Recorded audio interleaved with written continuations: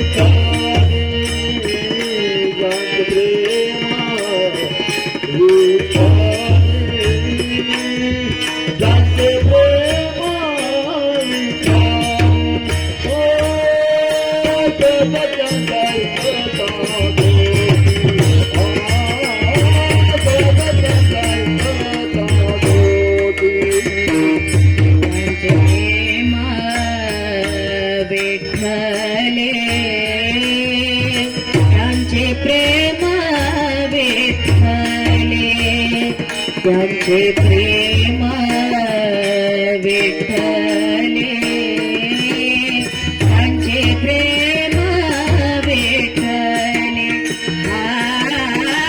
सज त्यांच्या ऐकता गोष्टी सज त्यांच्या ऐकता गोष्टी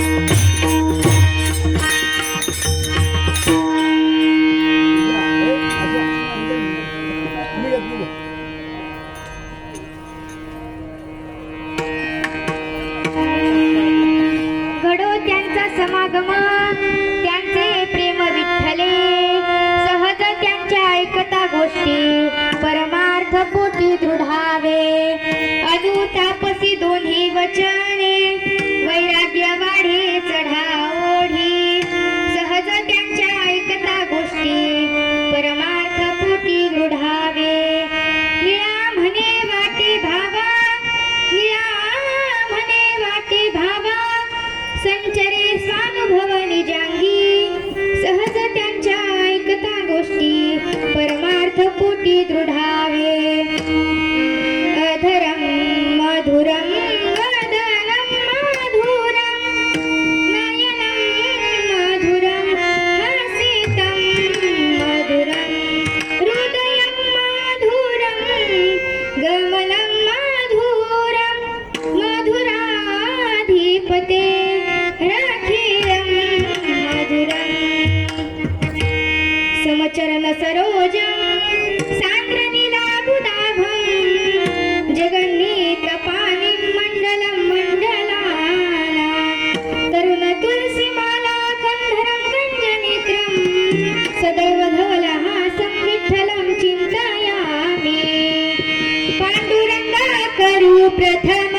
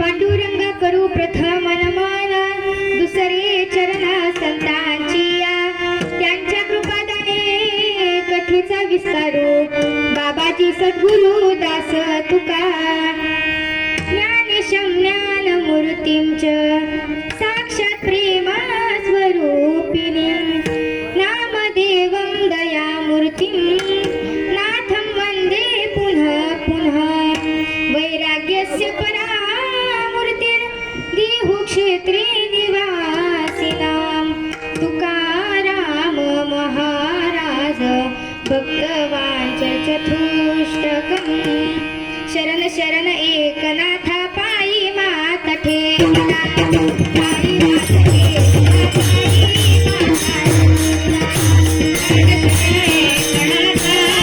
मात ठेवला शरण शरण एकनाथा पायी मात ठेवला पायी मात ठेवला आता पाहू पुन्हा दोष झालो दंड पायांचा पाहू पुन्हा दोष झालो दंड पायांचा आता पाहू पुन्हा दोष झालो दंड पायांचा आता पाहू पुन्हा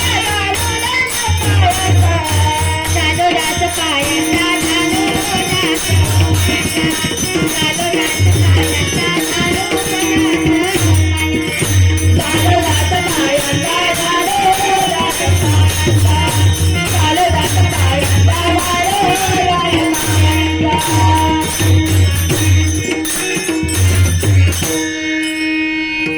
अलंकापुरी रम्य सिंहासनस्थं पदाम्भोज तेजस्फुर्ति प्रदेशं विधिन्द्रादिदेवी सदा स्तूयमानं समाधिस्थमूर्तिं भजे ज्ञानदेवम्. ॐ नमो ज्ञानेश्वराय.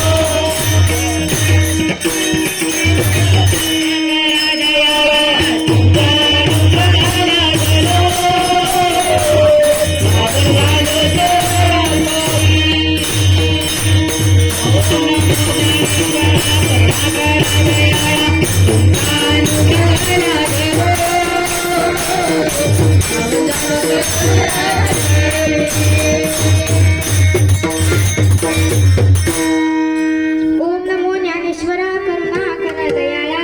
तुमचा अनुग्रह लाधलो पावन झालो चराचरी. मस्तक हे पायावरी आवार करी संतांच्या. सेवे लागी सेवक झालो तुमच्या लागलो निज चरणा. आहो स्वामी तुकया देवा यावरील करावा भेर. विठ्ठल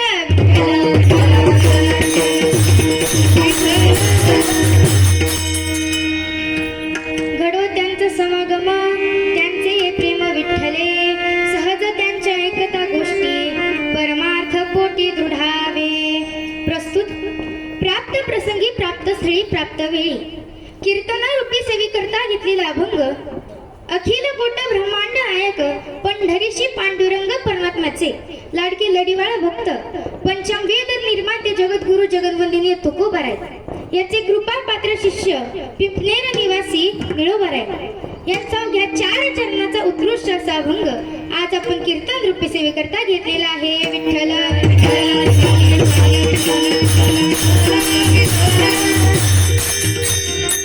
अभंग हा 4 चरणाचा आहे. तसं बघितलं तर बहुतेक महाराज 4 चरणाचा अभंग घेतात. का घेतात तर 4 या शब्दाला आपल्या जीवनात महत्व आहे.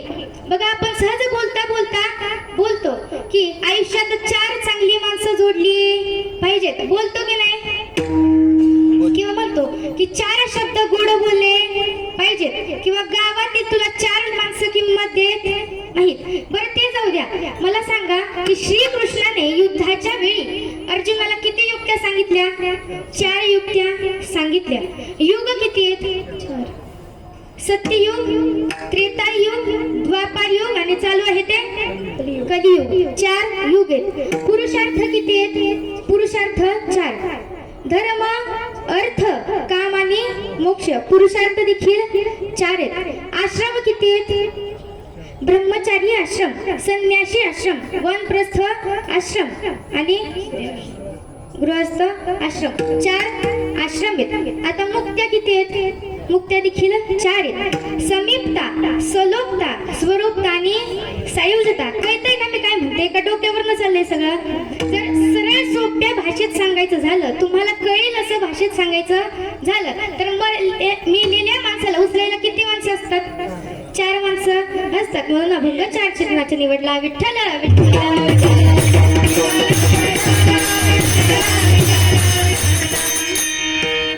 पांडुरंगाच्या दारामध्ये माझे निळोबाराय उभी आहेत. ते देवाला म्हणतात की देवा, माझी एक इच्छा आहे की जे लोक तुझ्यावर प्रेम करतात अशा लोकांचा समागम म्हणजे संगत मला घडू दे.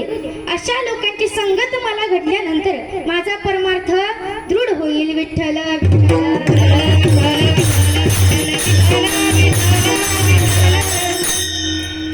कीर्तनाला सुरुवात करण्या अगोदर अल्पसा हा परिहार द्यायचा तो म्हणजे असा की परात्पर परमेश्वर परमरसिक भक्तवांचल कल्पतरू भक्तवांचल दीनबंधू भगवंताच्या कृपेने व माऊली ज्ञानोबरायांच्या आशीर्वादाने चालत असलेला हा अखंड हरिनाम सप्ताह आणि या सप्ताहातील 4थ्या दिवसाची कीर्तन रूपी सेवा माझ्याकडे आली हे मी माझं परम भाग्य समजते. आपल्या इंचगिरी संप्रदायाचे आराध्य दैवत म्हणजे भाऊसाहेब उमदीकर तसेच शंकर महाराज रसाळ, किसन महाराज उर्फ आप्पा तसेच सुभाष महाराज गाडगे उर्फ भाऊ इंचगिरी संप्रदायाचे हे आराध्य दैवत यांच्यामुळे मला ही सेवा प्राप्त झाली म्हणून मी त्यांचे मनापासून आभार मानते. पहिला नमस्कार त्या भगवान परमात्म्याला ज्यांनी ही सृष्टी निर्माण केली. दुसरा नमस्कार माझ्या आई वडिलांना ज्यांनी मला जन्म दिला. तिसरा नमस्कार माझ्या गुरुवर्यांना ज्यांनी मला हे ज्ञान प्राप्त करून दिलं. आणि चौथा नमस्कार तुम्हा सर्व श्रोती मंडळींना की तुम्ही मला ही संधी उपलब्ध करून दिली. विठ्ठल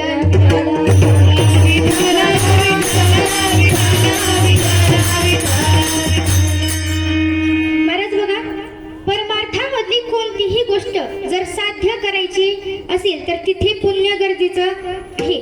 किंवा संसारामधली एखादी साधी गोष्ट जर प्राप्त झाली तर लोक लगेच म्हणतात की पहिल्या जन्मीचं पुण्य असेल. बघा, एखादा माणूस टू व्हीलर वरून जात असताना त्याचा ऍक्सिडेंट झाला पण लगेच तिथे ॲम्ब्युलन्स आली आणि त्याला घेऊन गेली. मग 1-2 दिवसांनी त्या माणसाला त्याचे नातेवाईक भेटायला आले. ते नातेवाईक म्हणाले की तुझ्या पहिल्या जन्मीचं पुण्य असेल त्यामुळे तू वाचला.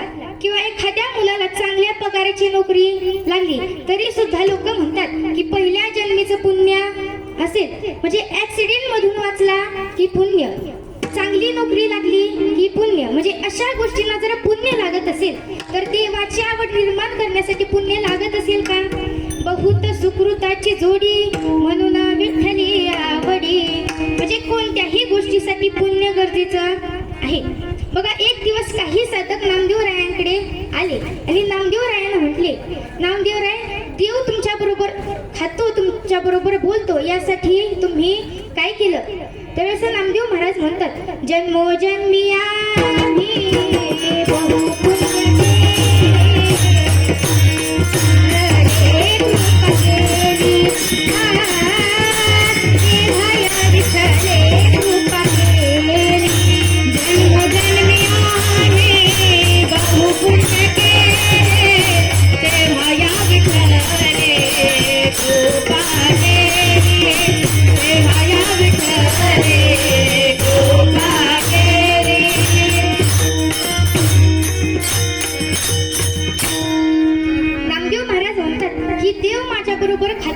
बरोबर बोलतोय, यासाठी जन्मोजन्मी आम्ही बहुपुण्य केले.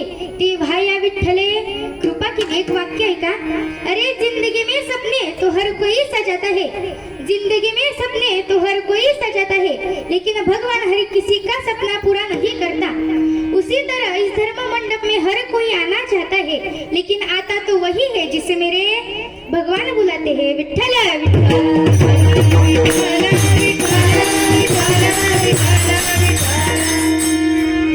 अभंग हा निळोबारायांचा आहे. निळोबारायांविषयी जर सांगायचं झालं तर निळोबारायांचे मूळ गाव शिरूर, परंतु एका भक्ताच्या इच्छेसाठी ते अहमदनगर तालुक्यातील पिंपळनेर या गावी स्थायिक झाले. शिरूर मध्ये असताना गुरुड नदीच्या काठीशी रामचंद्रांनी स्थापन केलेले एक महादेवाचे लिंग होते. निळोबराय तेथे असताना दररोज त्या लिंगासमोर बसून उपवास करायचे, अनुष्ठान करायचे, नामस्मरण करायचे. पंढरीच्या पांडुरंगावर त्यांची अलोट भक्ती होती. ते तेथे जाऊन नामस्मरण करायचे. पण त्यांच्याकडे कुलकर्णी वतन असल्यामुळे त्यांना नामस्मरण करता येत नव्हतं. त्यामुळे त्यांनी कुलकर्णी वतन देखील सोडून दिले. आता एकच ध्यास लागला, तो म्हणजे पंढरीचा, वारी करण्याचा. मग निळोबराय आणि त्यांची पत्नी मैनाबाई या दोघांनी पंढरीची वारी सुरू केली. त्यांचा प्रवास हा पंढरपूरहून आळंदी आणि आळंदीहून दिहू असा होता. मग एक दिवस ते आळंदीहून दिहूला जात असताना तुकाराम महाराजांचे चिरंजीव म्हणजे नारायण महाराजांची भेट झाली. तेव्हा निळोबरायांनी तुकाराम महाराजांविषयी विचारले. त्यावेळेस नारायण महाराजांनी तुकाराम महाराजांचं पूर्ण चरित्र ऐकवलं. त्यावेळेस निळोबरायांना अभिमान वाटू लागला की साक्षात तुकाराम महाराज वैकुंठाला गेले, साक्षात जगाचा मालक त्यांना न्यायला आला, अभिमान वाटू लागला.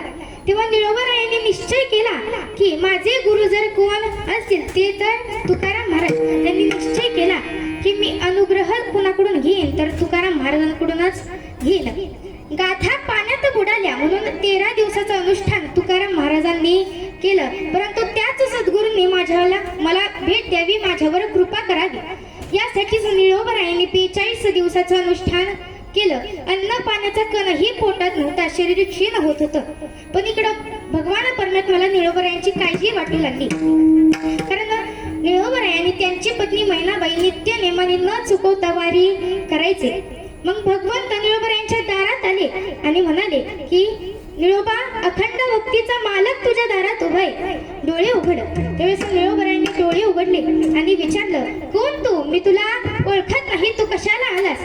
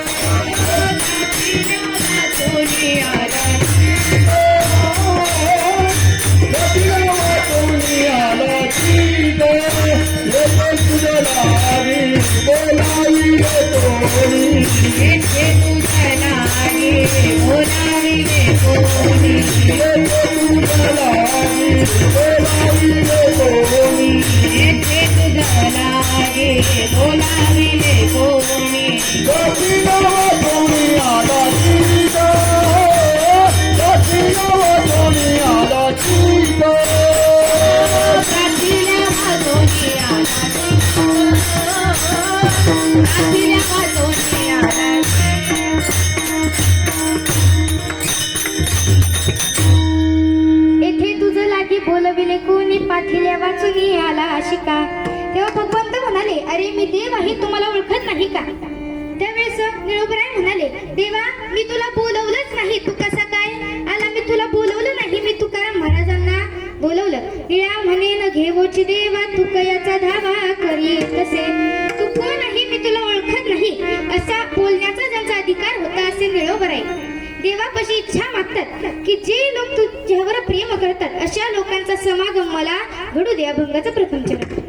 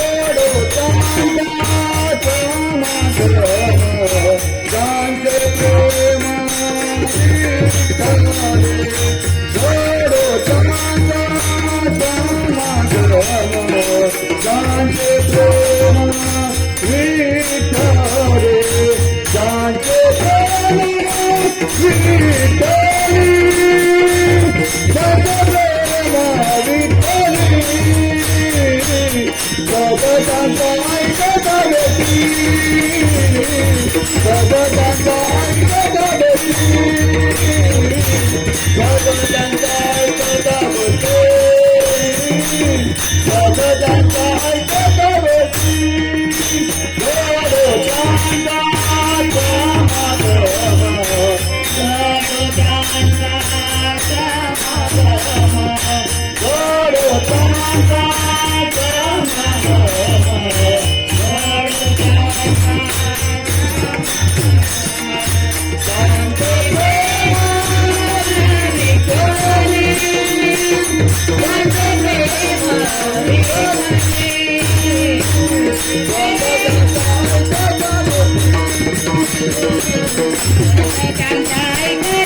गोष्टी जगताच्या ऐकता गोष्टी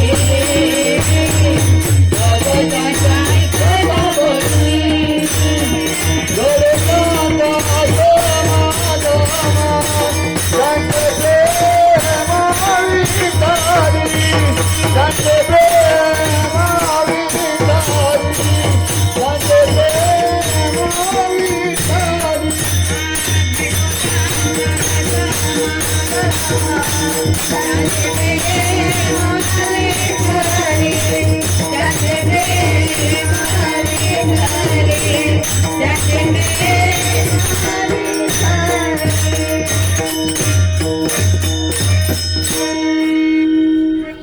घडो त्यांचा समागम त्यांचे प्रेम विठ्ठले सहज त्यांच्या ऐकता गोष्टी परमार्थ पोटी दृढावे. निळोबाई म्हणतात की जे लोक तुझ्यावर प्रेम करतात अशा लोकांची संगत मला दे. मग संगत कोणाची करावी? संगत संतन की करले जन्माता साधक तू करले.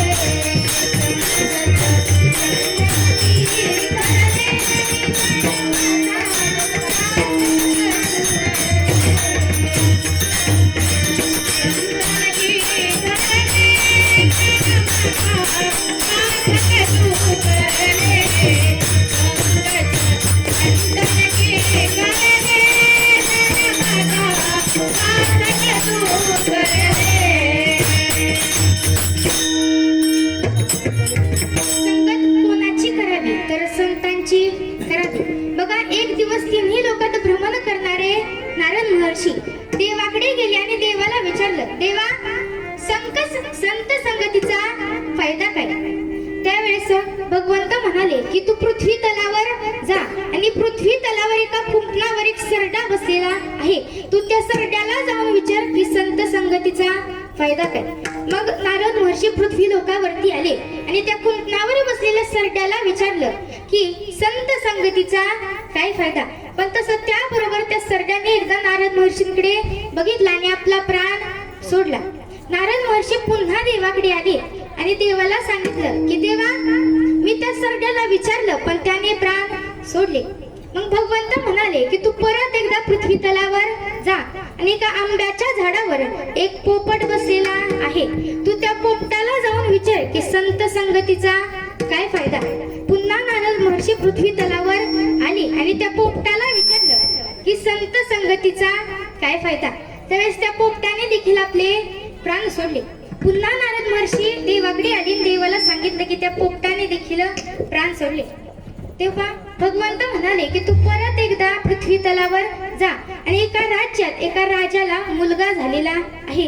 तू त्या मुलाला जाऊन विचार की संत संगतीचा फायदा काय. तेव्हा नारद महर्षी म्हणाले नाही मी आता जाणार आहे कारण मी संत संगतीचा फायदा विचारला तर ते आपला प्राण सोडतात. जर त्या मुलाने देखील प्राण सोडले तर राजा मला फाशी देईल. त्यामुळे मी आता जाणार. ही देवा तुम्हाला फसवायला बघतोय त्यामुळे मी काही आता जाणार नाही. पण भगवंत म्हणाले की नारद तुझा माझ्यावर विश्वास आहे ना मग तू पृथ्वी तलावर जा. मग नारद महर्षी पृथ्वी तलावर गेले. त्या राज्यात गेले. राजाला बातमी कळताच राजाने नारद महर्षींचे स्वागत केले. आपल्या शेजारी आसन दिलं आणि सांगितलं की आजच्या शुभ दिनी तुमच्यासारख्या साधू संतांचे पाय आमच्या राज्याला लागले. आज मला मुलगा झाला. मग राजा मुलाला आणण्यासाठी निघून गेला आणि राजाने मुलाला आणलं आणि नारद महर्षींच्या हातात दिलं. आता नारद महर्षीने घाबरत त्या मुलाला विचारलं की संत संगतीचा फायदा काय. त्या मुलानेही एकदा नारद महर्षींकडे बघितलं आणि हसू लागला आणि म्हणाला की नारद महर्षी पहिल्या जन्मी मी सरडा होतो पण तिथे देखील तुमची भेट झाली. मला तिथून मुक्तता मिळाली. मग तिथून मी पोपटाच्या जन्माला आलो. तिथेही तुमची संगत घडली. तिथेही तुमची भेट झाली. त्यामुळे मी त्या योनीतून मुक्त झालो आणि आता राजकुलात मनुष्य म्हणून जन्माला आलोय. मग यापेक्षा मोठा संत संगतीचा फायदा काय. विठ्ठल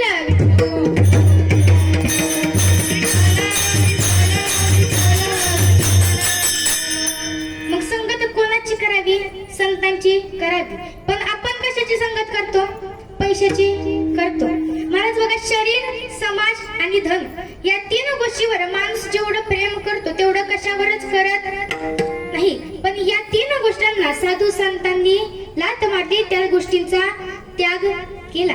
बघा, जगद्गुरु तुकाराम महाराज एक दिवस जगद्गुरु तुकाराम महाराजांना शिवाजी महाराज भेटायला गेले आणि भेटायला जात असताना त्यांना नजराणा म्हणून सोने, चांदी, हिरे, मोती, मौल्यवान वस्तू त्यांना नजराणा देण्यासाठी घेतल्या आणि शिवाजी महाराज तुकोबरायांच्या घरी पोहोचले. तुकोबरायांचं दर्शन घेतलं. त्यानंतर तो नजराणा तुकोबरायांना दिला. पण तुकोबराय म्हणाले, राजे, तुम्हाला वाटतं आम्ही सुखी असावं, आम्ही तेने सुखी, म्हणा विठ्ठल विठ्ठल मुखी. राजे, तुम्हाला वाटतं की आम्ही सुखी असावं, पण सोने चांदीने आम्हाला सुख नाही. हे सोने चांदी आम्हाला मृत्यू समान आहे, याची आम्हाला काहीही गरज नाही. म्हणजे साधू संतांनी या गोष्टींचा त्याग केला. साधू संतांना ह्या गोष्टी मिथ्या वाटत होत्या, म्हणजे खोट्या वाटत होत्या, पण त्याच गोष्टी आपल्याला सत्य वाटतात. म्हणजे एवढे संसारात गुंतलेत की त्यांना परमार्थही दिसत नाही. पण जर संसार इतक्या धन्यतेचा असता तर संत मायबाप असे म्हणलेच नसते. दुःख बांधवडी आहे हा संसार, दुःख बांधवडी आहे हा संसार, दुःख बांधवडी आहे हा संसार.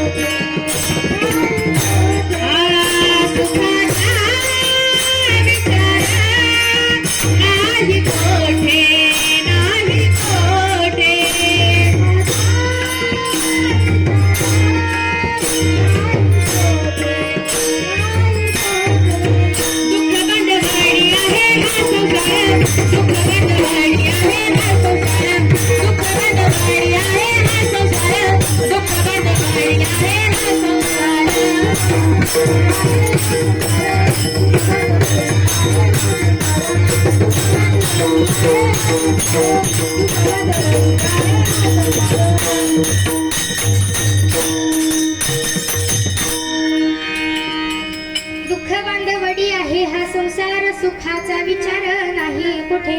म्हणजे संसारात सुख नाही, सर्वत्र दुःख आहे. संसारामधल्या कोणत्याही गोष्टीत सुख नाही. बघा, एका गावात एक श्रीमंत मुलगा होता.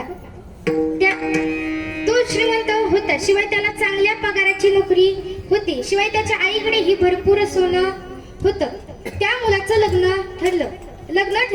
ही बातमी शेजारच्या गावातल्या 8 जणींना कळाली. आता त्या 8 जणी म्हणाल्या की एवढं मोठं लग्न आहे, आपल्याला तर जावंच लागेल. पण त्या म्हणाल्या, आपण जायचं तरी कसं, त्याच्या आईकडे एवढं सोनं आहे, मग आपल्याकडे काही सुद्धा नाही, मग आपण जायचं कसं. पण त्या महिला गटाचा देखील एक अध्यक्ष होता. तो अध्यक्ष म्हणाला की तुम्ही सगळ्यांनी मला 200 रुपये द्या, मी तुम्हाला 24 कॅरेटचं सोनं आणून देतो. त्याबरोबर सर्व जणींनी 200 रुपये जमा केले आणि अध्यक्ष पैसे घेऊन बाजारात गेला आणि प्रत्येक जणीला 200 रुपयाचं सोनं घेऊन आला. सगळ्या बायकांना आनंद झाला. दुसऱ्या दिवशी सगळ्या बायका लवकर उठल्या, आवरायला लागल्या. आपापलं सोनं गळ्यात घातलं, गळ्यात हातात काय असेल ते सगळं घातलं आणि निघाल्या. गाडीत बसल्या, लग्नाच्या ठिकाणी पोहोचल्या. तिथे बरोबर 7:30 वाजता लग्न लागल्यानंतर सर्वांनी जेवण केलं आणि आपापल्या घरी निघाले. ह्या बायकाही घरी निघाल्या, गाडीत बसल्या. गाडी सुरू झाली. गाडी थोडी पुढे गेल्यानंतर एका फाटकावर काही चोरांनी ती गाडी अडवली. आता ती गाडी अडवली, लगेच ड्रायव्हर खाली उतरला. तेव्हा ते चोर म्हणले की तुझ्याकडे जे काही असेल ते सगळं आम्हाला दे. त्याबरोबर त्या ड्रायव्हरने खिशातले 2000 रुपये काढले आणि त्या चोरांना दिले आणि तो पळून गेला. आता या चोरांचं लक्ष गाडीत बसलेल्या 8 जणींकडे गेलं, त्यांच्या गळ्यातल्या सोन्याकडे गेलं. आता त्यातला चोर एक माळकरी होता. तो म्हणला, उजळले भाग्यात, उजळले भाग्यात, उजळले भाग्यात,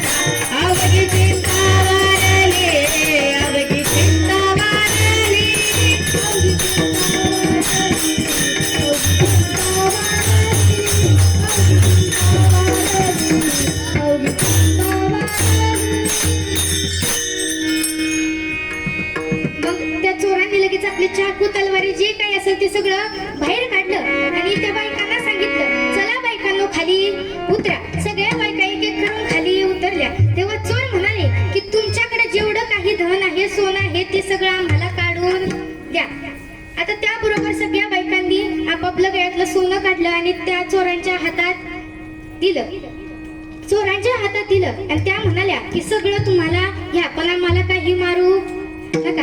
आता चोर ते सोनं घेऊन निघाले, पण त्या महिला गटाची अध्यक्ष होती, ती म्हणाली जा जा चोरांनो, आम्हाला काही त्याचा उपयोग नाही, कारण ते खरं सोनं नाही, खोटं सोनं आहे. आता चोरांना राग आला की एवढ्या वेळ थांबून आम्हाला फसवलं. मग त्या चोरांनी त्या 7 जणींना मारलं, पण 8वीला इतकं मारलं की तिला ऍडमिट करावं लागलं. म्हणजे जर खोटं सोनं ऍडमिट करत असेल तर खरं सोनं काय करेल? विठ्ठल विठ्ठल विठ्ठल विठ्ठल विठ्ठल.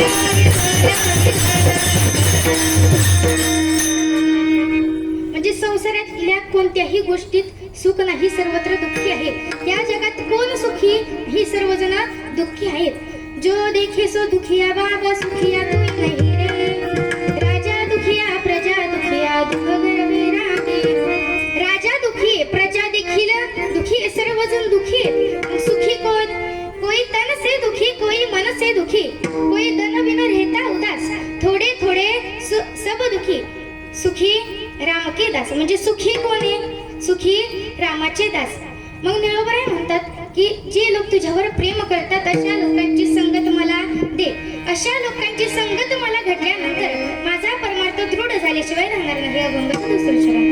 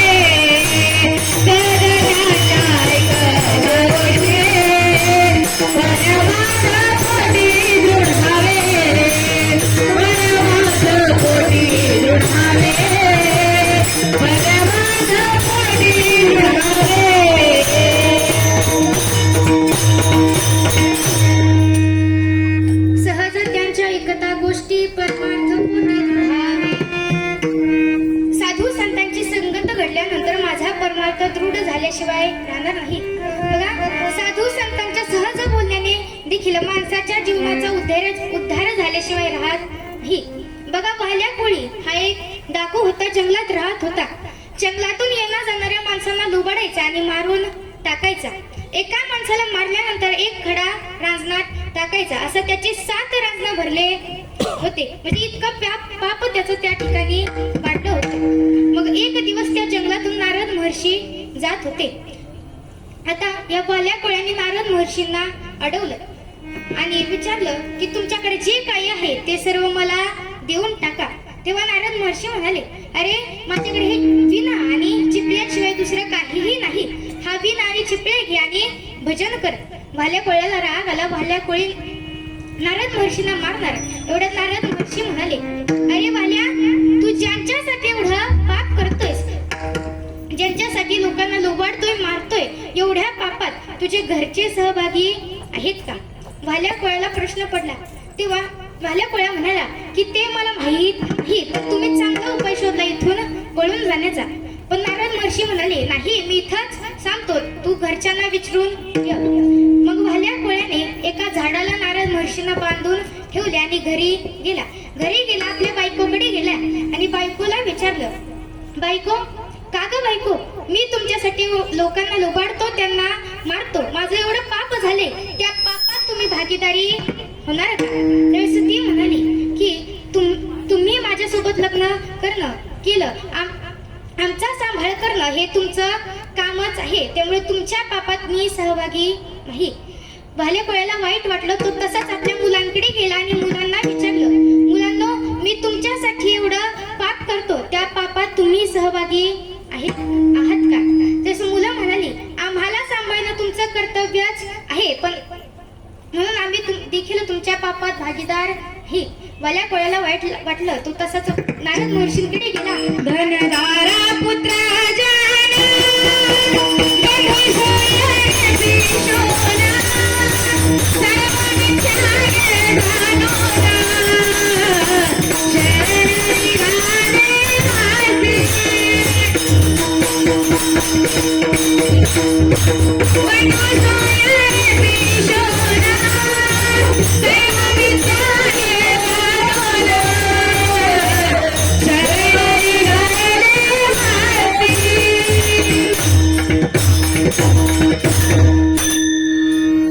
मग भाल्या कोळ्या तसंच नारद महर्षींकडे गेला. नारद महर्षींना झाडापासून सोडवलं आणि त्यांच्या चरणावर लोटांगण घातलं आणि विचारलं की नारद महर्षी, माझे एवढं पाप झाले, आता माझ्या उद्धारासाठी काहीतरी उपाय सांगा.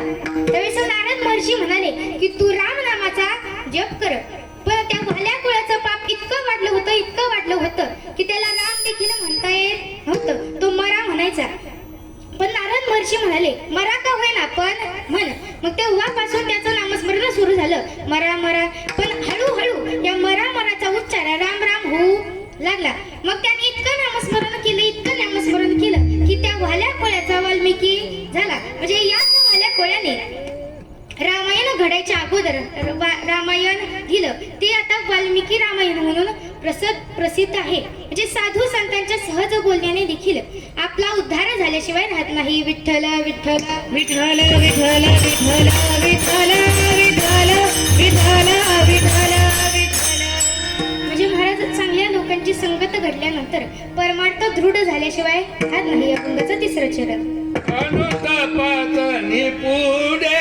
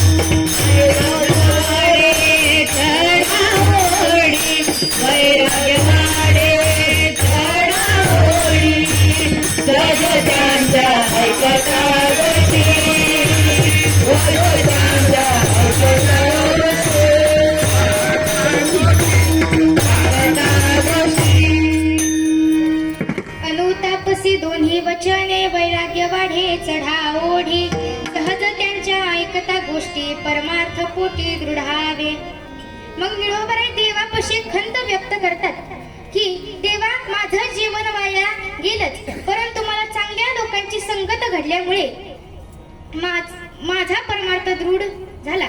पण या जगात कुणीही विचार केला नाही की आमचं आयुष्य वाया चाललंय, आमचं जीवन वाया चाललंय.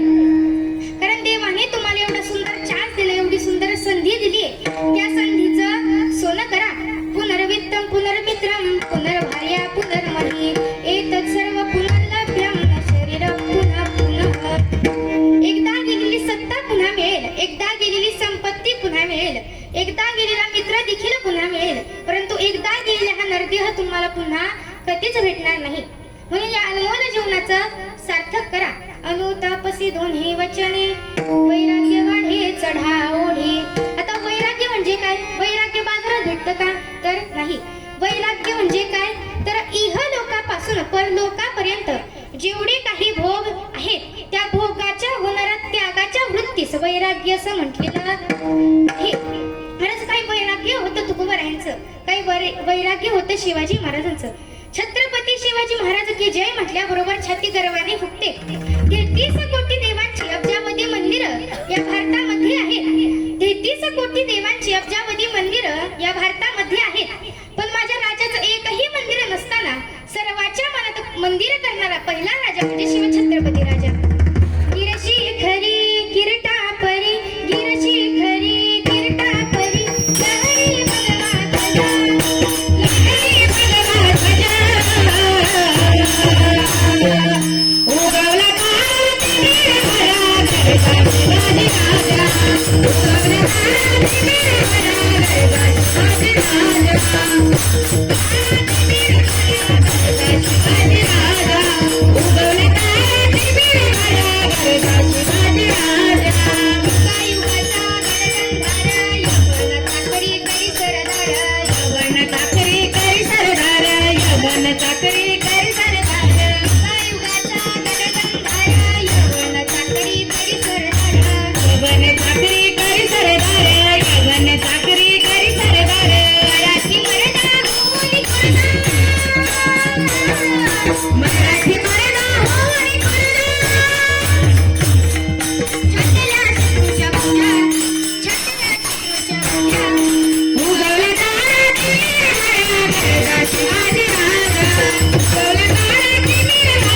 गरजा शिवाजी राजा, उगवला भारत निर्भरा गरजा शिवाजी राजा.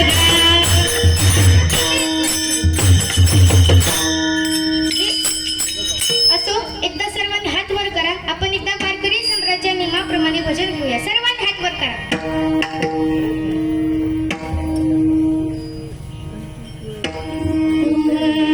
विठोबा रखुमाई, विठोबा रखुमाई,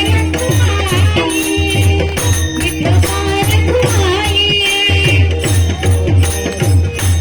जय जय विठोबा रखुमाई, विठोबा रखुमाई,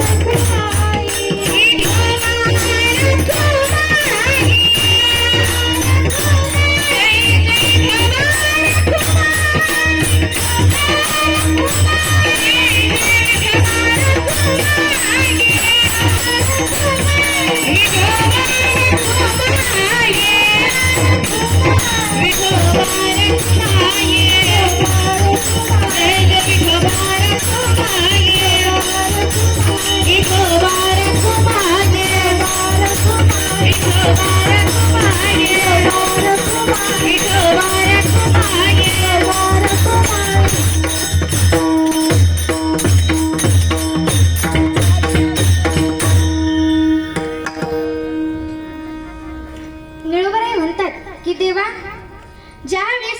निळोबाराय म्हणतात ज्या वेळेस भाव वाढेल, भाव वाढल्यानंतर सर्व गोष्टी साध्य करता येतात. अभंगाचं शेवटचं चरण. वारे भाव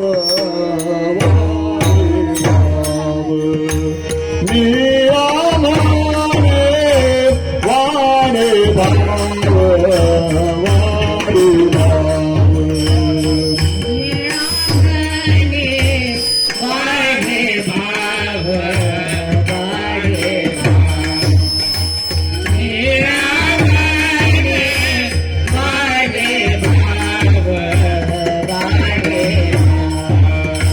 निरामणे वाणे भाव वारे भाव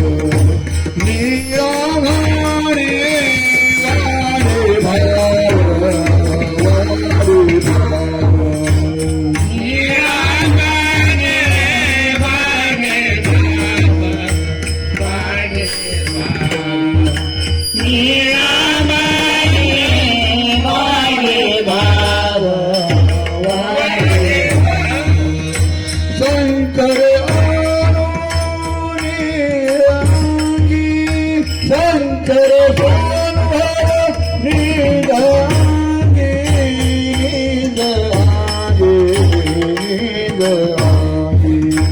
सदा चांदा ऐकता गोटे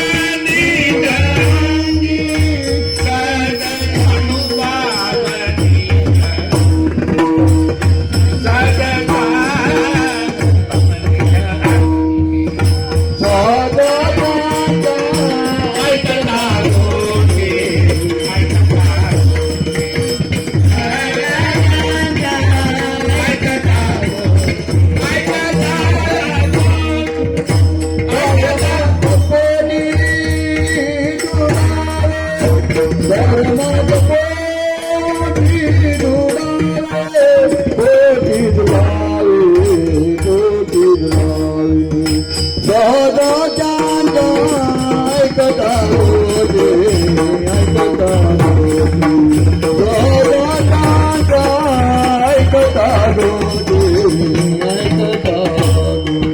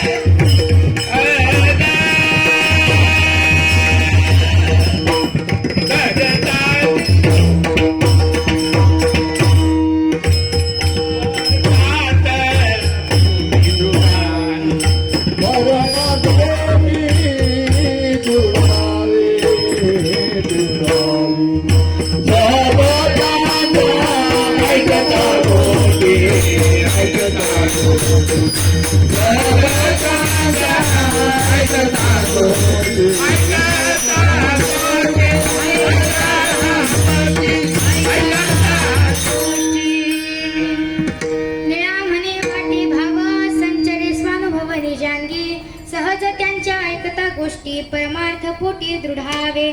असो जाता जाता सांगते की भगवंताचं नामस्मरण करा, आई वडिलांची सेवा करा.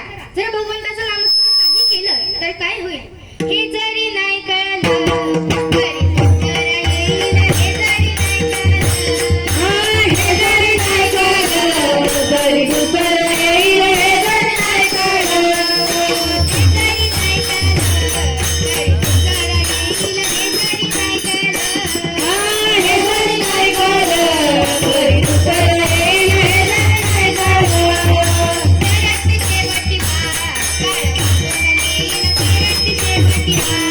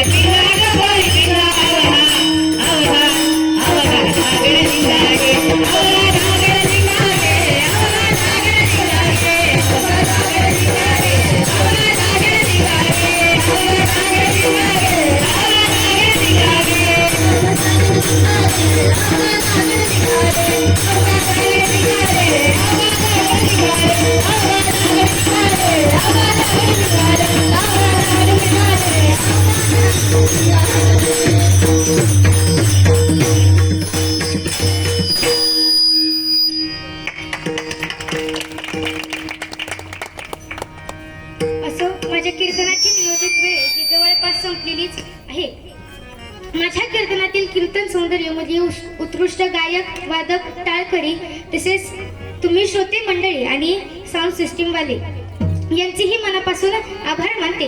माझा आवाज एवढा मोठा आहे पण काही क्वालिटीने तुमच्यापर्यंत पोहोचवला असे असणारे साऊंड सिस्टीम वाले काका त्यांचेही मनापासून आभार मानते.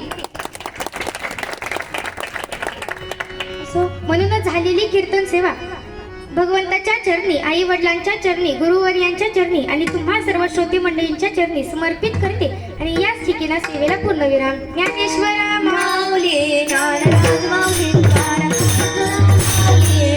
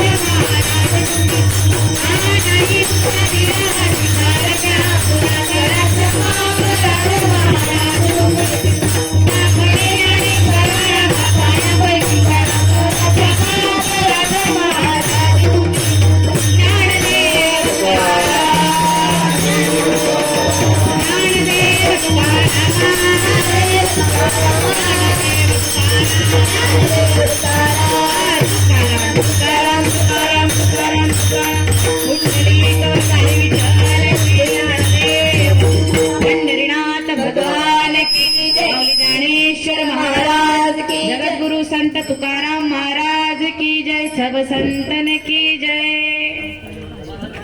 2 मिनिटं जरा शांत बसूया. 2 मिनिटं फक्त. सगळ्यांनी एकदा ह्या बाळासाठी कडकडाट टाळ्या वाजवा. थांबून देऊ नका टाळ्या. सगळ्यांनी जोरात टाळ्या वाजवायच्या. तुझे अमृताचे पाय वाटे मस्तकी धरावे. इंचगिरी पंथी अप्पा भाऊ तुम्हा नित्य स्मरावे, नित्य स्मरावे. इंचगिरी संप्रदायाचे आराध्य दैवत समर्थ सद्गुरू भाऊसाहेब महाराज ओंबीकर, समर्थ सद्गुरू शंकर महाराज रसाळ उर्फ दादा, सेवासूर्य समर्थ सद्गुरू किसन महाराज घाडगे उर्फ अप्पा आणि आपल्या सर्वांचं आराध्य दैवत वंदनीय गुरुदेव आदरणीय भाऊ समर्थ सद्गुरू सुभाष महाराज घाडगे उर्फ भाऊ या सर्व संत मंडळींच्या आशीर्वादाने हा दैदिप्यमान सोहळा, माऊलींचा हा संजीवन समाधी सोहळा मागच्या 24 वर्षापासून या ठिकाणी